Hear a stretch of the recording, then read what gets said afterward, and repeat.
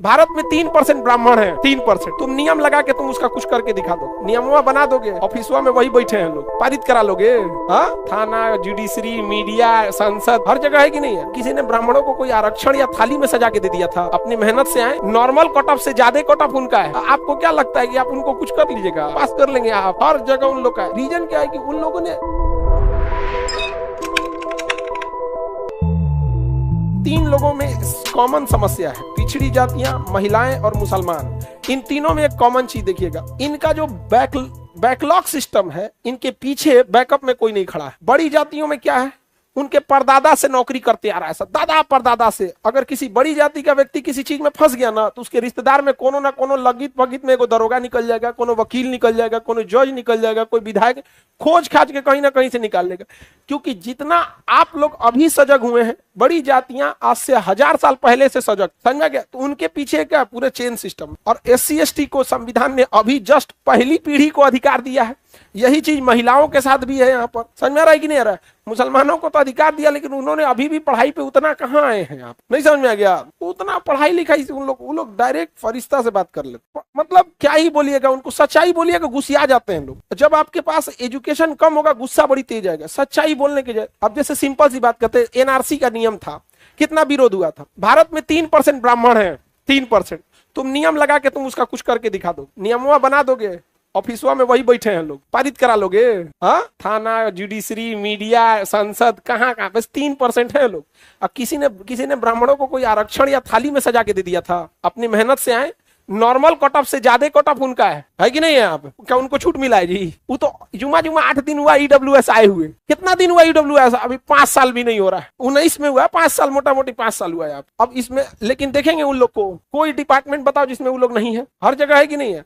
आपको क्या लगता है कि आप उनको कुछ कर लीजिएगा, पास कर लेंगे आप? हर जगह उन लोग का है। रीजन क्या है कि उन लोगों ने अपनी कई पीढ़ियों से इसमें लगे हैं, जबकि महिलाएं फर्स्ट पीढ़ी में जा रही हैं। SC/ST फर्स्ट पीढ़ी में निकला है, मुस्लिम फर्स्ट नहीं, अभी आधे पीढ़ी में निकला है। अब तुम लोग भाई, अब सच्चर कमेटी की रिपोर्ट पढ़ना है, सबसे ज्यादा दयनीय स्थिति मुसलमानों की है। तुम किसी ऑफिस में जाके देखोगे, शायद एगो कर्मचारी मिलेगा तुमको मुसलमान, 1 से 2 1 2 मिलेंगे आप। हाँ, बहुत कम मिलेंगे, जबकि जनसंख्या कितनी है? बिहार में देखोगे तो 17% है, 17% है ना, उससे 17-18% में, लेकिन प्रतिनिधि है नहीं। तो महिला, SC/ST और मुस्लिम, ये तीनों में अभी फर्स्ट पीढ़ी जा रही है। इसलिए अगर इन्हें कोई दिक्कत होगा ना, तो इन्हें खुद लड़ना पड़ेगा।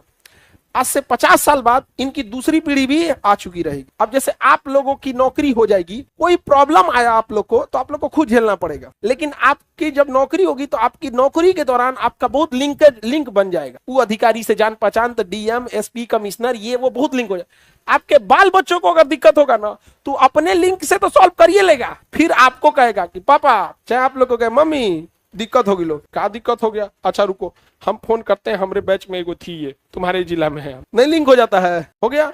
अब हम लोग को क्या है कि जो कुछ करना था पटना में खुदे करना था। अब हमारे छोटे भाई बहन है, चाहे हमारी अगली पीढ़ी में कौन सी, हमारा अपने लिंक काम कर देगा, लेकिन हमको जो कुछ करना था हमारा खुदे करना था। तो पहली पीढ़ी के लिए तो अभी SC/ST की समस्या से जूझ रहा है, पहली पीढ़ी में निकला है, पहली पीढ़ी में। और पहली पीढ़ी के साथ खासियत होनी चाहिए, शांति से अपना काम करे। पहली पीढ़ी को हमेशा याद रखना है, जहर का घोंट पी के शांति से काम करना चाहिए, तब तक जब तक आपका पैर अंगद की तरह जम न जाए, समझा गया? पहली पीढ़ी को कभी विवाद में नहीं फंसना चाहिए। जबकि देखिएगा, ये तीनों से कभी ना कभी ये गलतियां हो जाती है, पहले पीढ़ियां लड़ जाता है, अरे भाई आप ही ठीक है, कोई बात नहीं, जरूरी है कि आज ही आपका जवाब दिया जाएगा, नहीं समझ में आ गया? तो इसके लिए रखा गया, लेकिन मिसयूज नहीं होना चाहिए, कहने का सेंस यही है। समझ में आ रहा है? लड़की लोग, आप लोग में भी अभी भी आप लोग को समस्या झेलना पड़ता है। रीजन क्या है? फर्स्ट जनरेशन निकल रहा है। 1989 में SC/ST एक्ट लाया गया था, 1989 में। तो ये वाला डेटवा याद रखिएगा, SC/ST एक्ट 1989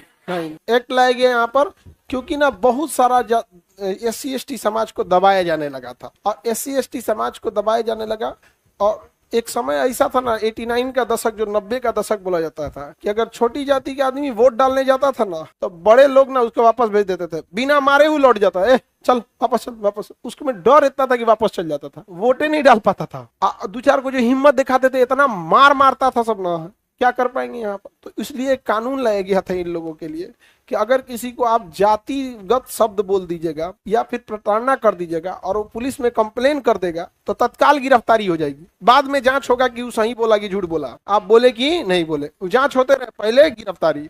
सेम महिलाओं के साथ भी था, महिलाओं के भी बहुत अत्याचार होने लगा। तो कोई पीट देता था महिला को, सास, ननद, हस्बैंड, देवर, कोनो आएगा 2-3 झापड़ मार देता था। अब बेचारी कुछ कर नहीं पाती थी, तो इसके लिए महिला एकटाया, अब वो जाके कंप्लेन कर देगी ना तो पकड़ा के जाएंगे लोग। समझ में आ गया कि नहीं आ गया? सब लोग बाद में जांच होगा। दोनों का कुछ कुछ थोड़ा थोड़ा मिसयूज हुआ। समझ में आ गया कि नहीं आ गया? महिला लोग में क्या है कि सपोज कीजिए कि लड़ाई हुआ है, केस करने में जानते हैं क्या होता है, उसको जितना अधिकार संविधान में ना सब ठोक देगी उसके। सपोज कीजिए कि मारपीट हुआ है तो मारपीट का आरोप लगाए ना, अब लगाएगी मारपीट भी हुआ है, दहेज के लिए भी बोला गया है। अच्छा सपोज कीजिए कोई पटना में पढ़ाई कर रहा है ना, ओके भाभी से घर झगड़ा हुआ ना, पटना वाला का नाम डाल देगी टीवी पे। हमारे पास बहुत सारे बड़े लड़के आते हैं, एगो आया था 2-3 दिन पहले, सर घरे झगड़ा हुआ, भाभी हमरो नाम डाल दिए। हम कहेंगे इधर देख, इधर हम है, तोरा बड़का भैया इधर है। ऐसे कैसे नाम डाल देंगे यहाँ पे? तुम है ना यहाँ पे काम कर। लेकिन अगर तुम लोग का नाम हम डाले तो तत्काल आया करो। केस डायरिया बनने के बाद 6 महीना पुरान डायरी लेके आओगे तो हम कुछ नहीं कर पाएंगे। अगर तत्काल हुआ है ना, आज कल में आ जाओ, रियल है, जेन्युइन, तो हम उतना प्रूफ दे देंगे जिससे ये पता चल सके कि आप वहां नहीं थे।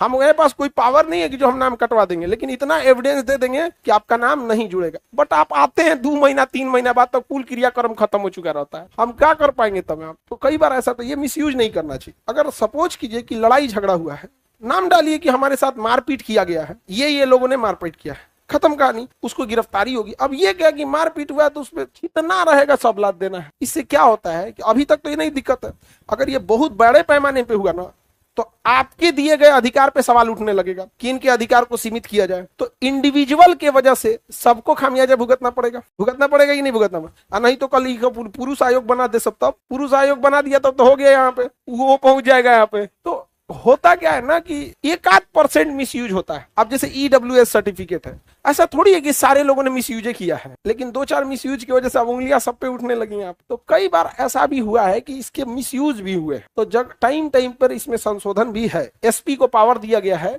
कि SP जांच करेगा कि जिसके ऊपर SC/ST एक्ट लगाया गया है सच में है या नहीं है। क्या ऐसे ही आके लिख दिया, ऐसे ही लिख देंगे तो भी क्या है, गलत है।